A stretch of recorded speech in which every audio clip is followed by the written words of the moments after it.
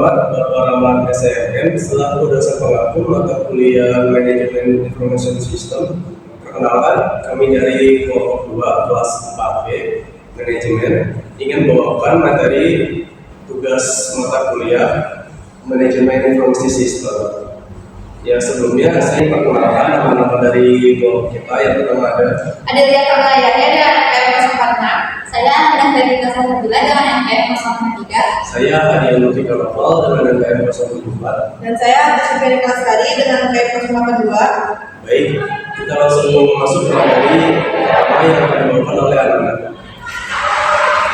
Di sini saya akan mempresentasikan materi yang ketujuh, yaitu tahap analisis dan investigasi sistem. Tahap analisis dan investigasi sistem yaitu tahap penganalisaan merupakan tahap investigasi awal terhadap sistem yang sudah berjalan. Di tahap ini akan dilaksanakan pendefinisian masalah, penyatuan konsep sistem serta mengikuti kelainan sistem.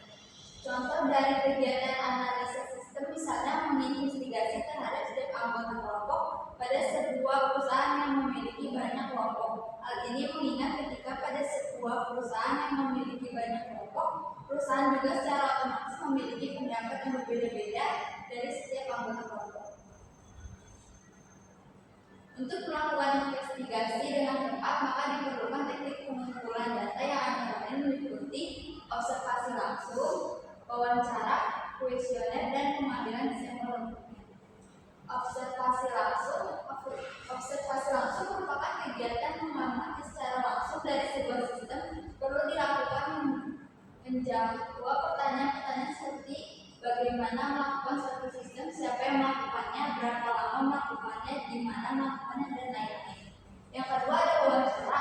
Wawancara merupakan suatu kegiatan yang paling tepat antara seorang sistem analisis dengan organisasi atau perusahaan dan merupakan teknik yang paling produktif dalam mencari sebuah informasi. Yang ketiga ada kuesioner. Pemakaian kuesioner bertujuan untuk menggali fakta dan memperoleh berbagai masukan dari responden. Kelebihan dari metode ini adalah dapat melakukan penelitian untuk responden yang jumlahnya besar dan menjangkau responden yang berkedudukan jauh analisis. Langkah-langkah hasil analisa dan investigasi yaitu ada memahami sistem lama. Tahap memahami sistem lama dapat dilakukan dengan melihat dan mengamati dokumen-dokumen sistem yang telah ada pada perusahaan seperti badan alir, arus, dokumen, bahan alir, sistem, struktur organisasi, deskripsi jabatan, kode rekening, dan salinan dokumen-dokumen transaksi. Evaluasi terhadap sistem yang ada. Evaluasi sistem yang sudah berjalan terutama tentang kekurangan-kekurangannya tentunya akan memberikan pembenaran terhadap rencana pengembangan sistem yang baru. Komunikasi dari bawah ke atas adalah komunikasi yang mengalir ke suatu sasaran sistem baru akan menjadi lebih jelas tentang apa yang harus ditambahkan atau dikurangi dari sistem lama sehingga analisis akan menjadi lebih mudah untuk membuat sebuah konsep tentang kultur sistem atau sistem baru yang akan dikerjakan. Selanjutnya ada memahami keinginan pemakai.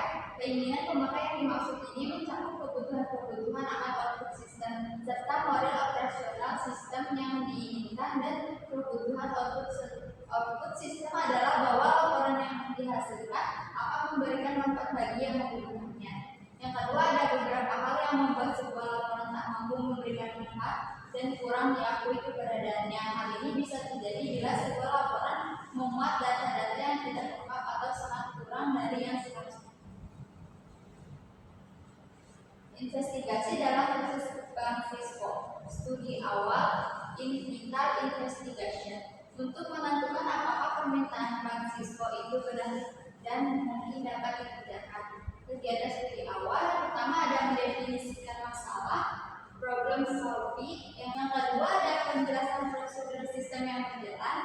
Yang ketiga membuat alternatif pemecahan masalah. Yang keempat ada mengklarifikasikan permintaan Bank Fisco. Yang kedua ada studi tujuan studi kelayakan untuk menentukan ruang lingkup sistem perkiraan biaya dan sumber daya lainnya dalam mendukung proyek bank siswa yang diusulkan. Kegiatan studi kelayakan yang pertama membuat kesimpulan studi awal, yang kedua menentukan alternatif perencanaan yang sudah dibuat dan dipilih, yang ketiga melihat layanan sistem yang akan dibangun. Sekian dari saya, kurang lebihnya mohon maaf. Ini saya akan menjelaskan materi yang kedelapan, yaitu mengenai e-commerce, pasar digital, dan data digital. Yang pertama, apa itu fitur unik e-commerce, pasar digital, dan data digital? Yang pertama, e-commerce adalah sebuah perdagangan, penjualan, pembelian menggunakan jaringan telekomunikasi seperti internet. Sederhananya, e-commerce adalah membuat, mengelola, dan meluaskan hubungan komersial secara online. Nih, di sini ada beberapa indikator tentang e-commerce. Yang pertama ada ubiquity, yaitu memiliki arti yang berarti e-commerce itu ada di mana-mana menggunakan teknologi internet atau web yang tersedia dan dapat diakses dimanapun. Efek dari fitur ini adalah marketplace dihapus dari temporal lokasi geografis untuk menjadi marketplace, serta ditingkatkan dari biaya budget dikurangi. Kedua ada global reach, memiliki arti teknologi ini sangat luas dan memungkinkan e-commerce dapat mendunia. Efeknya memungkinkan perdagangan lintas batas-batas budaya dan nasional dengan lulus tanpa modifikasi, serta marketplace termasuk berpotensi miliaran konsumen dan jutaan bisnis di seluruh dunia. Yang ketiga ada universal standard, yaitu sistem komputer yang berbeda memudahkan untuk berkomunikasi serta dengan yang lain dengan masuk ke berbagai kelas pasar dari pasar yang berbeda maupun berbeda. Di sini yang keempat ada richness. Fitur ini mendukung untuk menyampaikan pesan audio, video, dan teks kepada konsumen sekalipun. Yang kelima ada interactivity, adanya interaksi antara penjual dan pembeli. Yang keenam ada informasi, density, total jumlah dan kualitas dalam informasi padat. Yang ketujuh ada personalization atau customization, memungkinkan adanya modifikasi besar dan berat. Yang kedelapan ada social technology, yaitu dapat mempromosikan barang atau produk menggunakan teknologi. Di sini ada digital markets. Pengertian dari digital marketing adalah suatu usaha untuk melakukan pemasaran sebuah brand atau produk melalui dunia digital marketing. Tujuannya di sini untuk menjangkau konsumen maupun calon konsumen secara cepat dan tepat waktu. Digital marketing ini suatu cara untuk mempromosikan produk atau brand tertentu melalui media internet. Contoh digital marketingnya yaitu e-commerce. Di sini juga ada goods markets. Good markets atau barang adalah produk konsumsi nyata, artikel, komoditas yang ditawarkan oleh perusahaan kepada pelanggan dengan imbalan uang, serta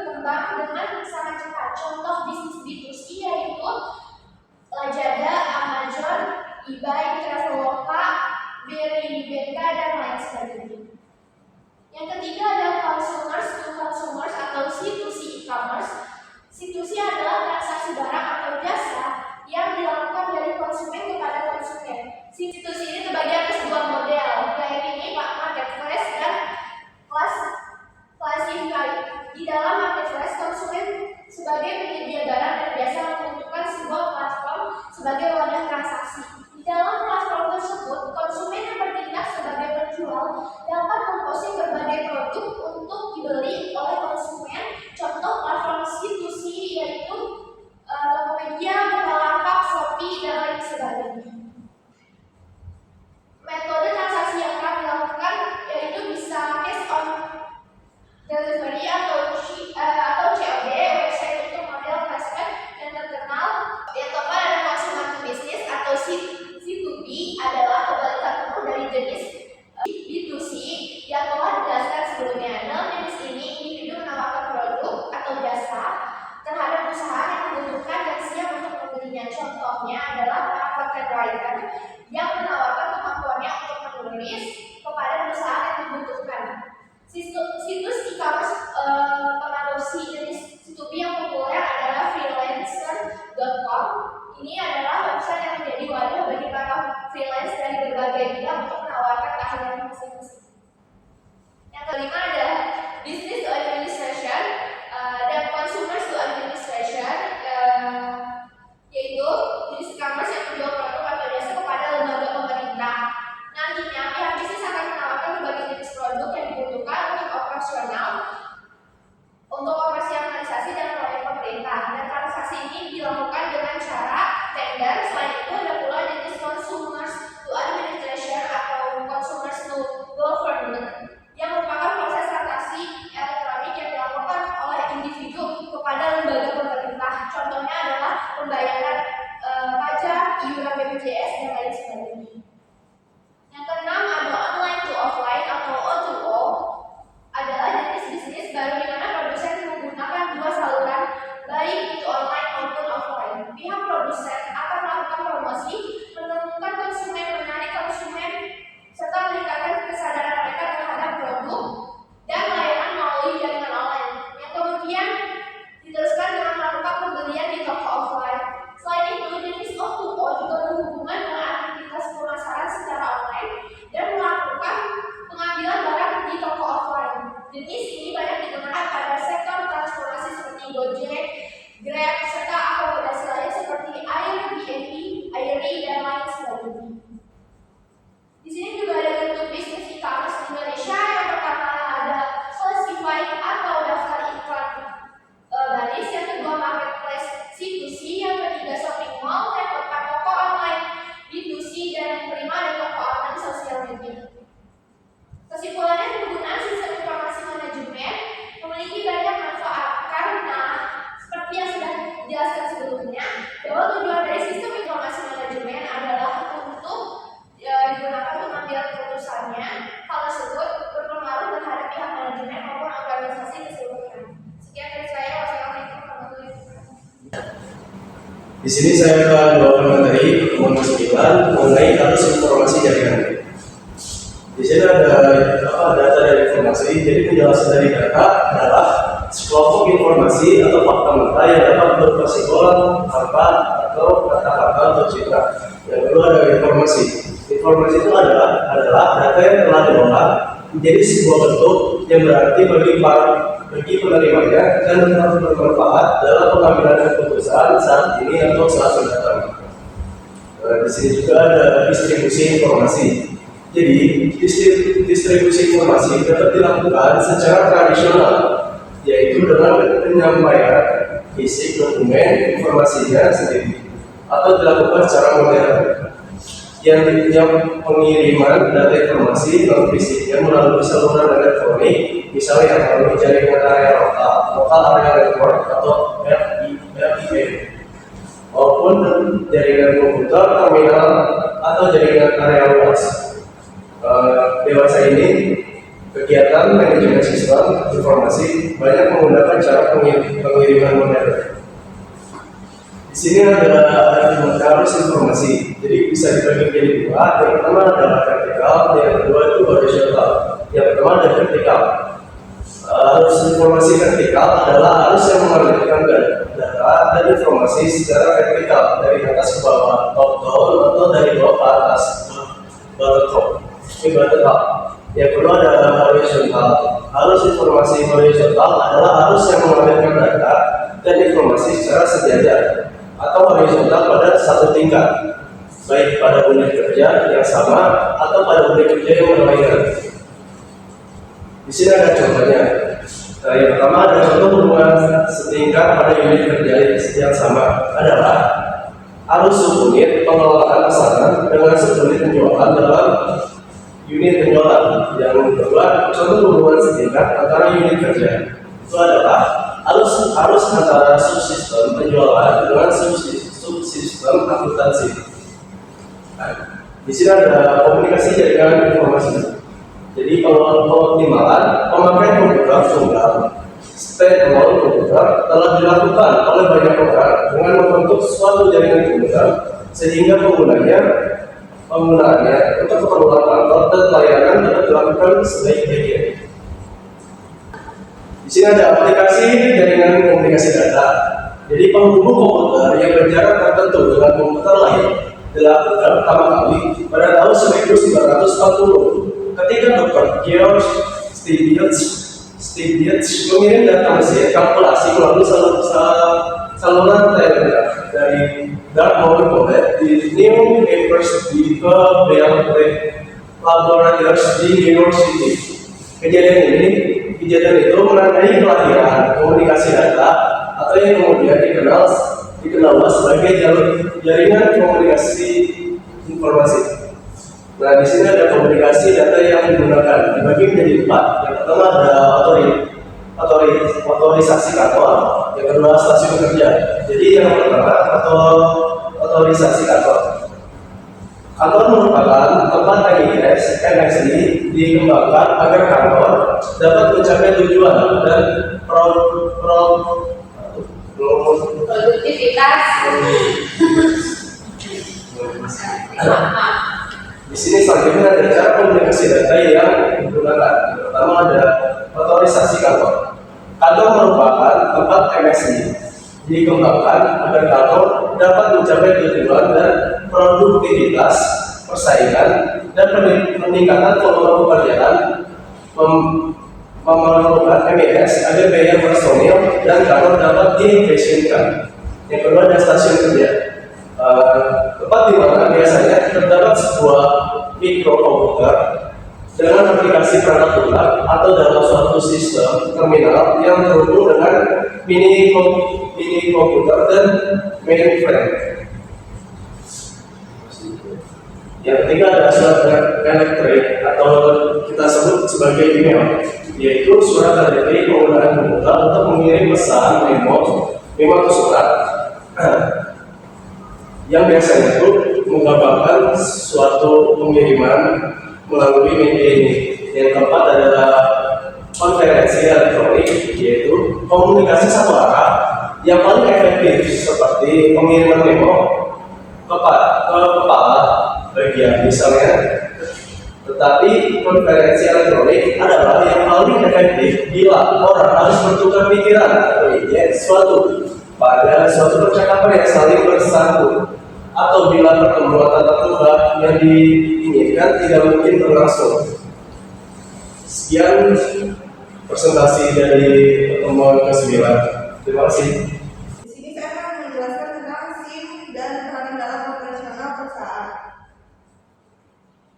Yang pertama itu pemanfaatan SIM dalam bisnis industri, yaitu pemanfaatan sistem teknologi lainnya yang terhubung serta aplikasi-aplikasinya telah mengubah cara operasi bisnis dan cara orang bekerja. Bagaimana sistem informasi mendukung proses bisnis, pengambilan keputusan, dan pembentukan kompetitif. Lalu ada peran tergantung pada aplikasi bisnis. Yang satu ada memperbaiki proses bisnis intern. Yang kedua yaitu implementasi sistem e-commerce dengan konsumen dan supplier. Yang ketiga yaitu mempromosikan enterprise collaboration antara tim bisnis dan tim kerja.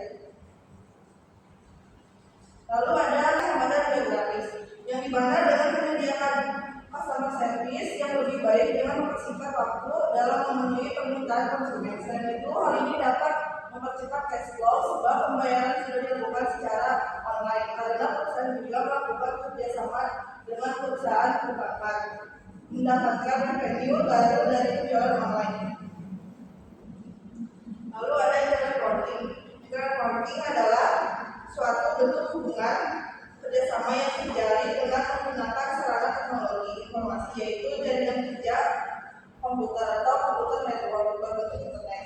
Menurut O'Brien dan Marcus 2009 menjelaskan bahwa bentuk hubungan kerjasama yang terjalin pada internet working adalah dengan menggunakan sarana teknologi informasi, yaitu jaringan kerja komputer network yang berbentuk intranet, extranet, dan internet.